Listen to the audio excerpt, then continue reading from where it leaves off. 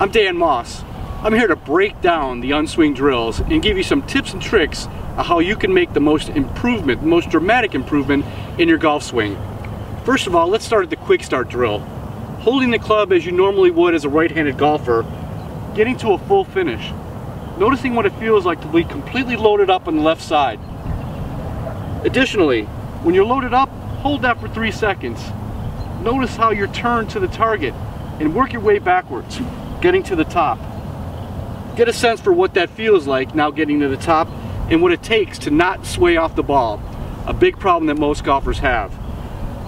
Starting at the finish, holding for 3 seconds, work your way back, opening your right hip just slightly to prevent the sway. Lastly, but most importantly, feeling what it takes, the natural movement of your left shoulder going under your chin. Doing it in reverse allows freer body movement and allows you to understand what a proper weight shift feels like in reverse. As we continue on and reverse engineer the swing, let's start with the fundamentals, drill number 2. Hold the club in your right hand. Get a sense for the weight, the feeling of the club. Drop your left hand down, put it on the club. Notice where you would want to be as an address position for a lefty. It would be off your right instep as opposed to your left. Using the split hands in the level, let's take the club back. I use some alignment rods to help me out. Look at the club going back. When the level is in the middle and the bubble is on the top, you know you're in a perfect takeaway position. This is critical for all golfers hitting good golf shots. Doing it the opposite way gives your body a chance to recognize how easy it is to make a stress-free takeaway and what your body's doing, and most importantly, what it's not doing. Meaning, the only thing moving on takeaway, arms and shoulders. Moving on to the next drill, getting to the top. Doing it as a left-hander or reverse engineering the swing, it's going to be awkward.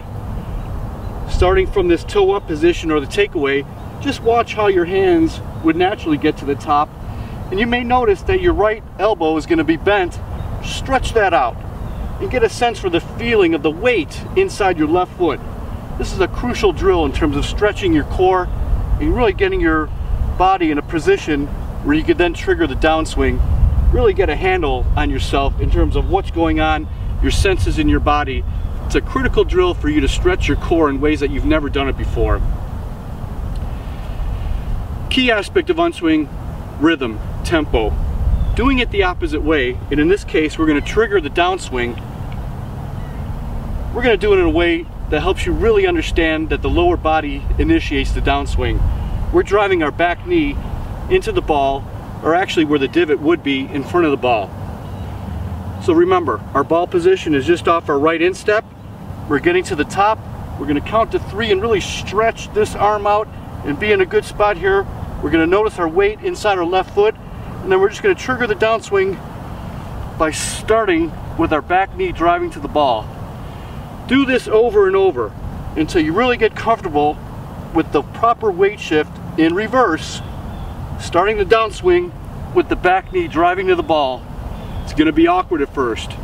Once you get comfortable with it, you can then get more aggressive with your swing and really understand the proper weight shift, and again in this case going in reverse. As we continue to reverse engineer the swing, one of the biggest problems golfers have is a slice. How to prevent the slice.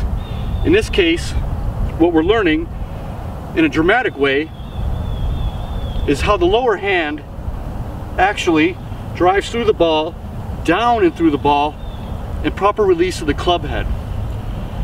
By doing this over-exaggerated move, again in reverse, we're able to really understand how to release the club head and in most cases prevent the slice.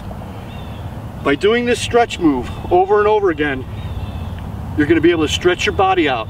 You're going to be able to understand proper release of the club head and apply that to your righty swing, and you're going to notice dramatic improvement in your ball flight. And finally, getting to the top. All we're really doing in terms of finishing is turning our body completely to our target, noticing, if we can, the club out of the corner of our eye, and getting a sense of our weight shift completely on our right side. Get this stretch.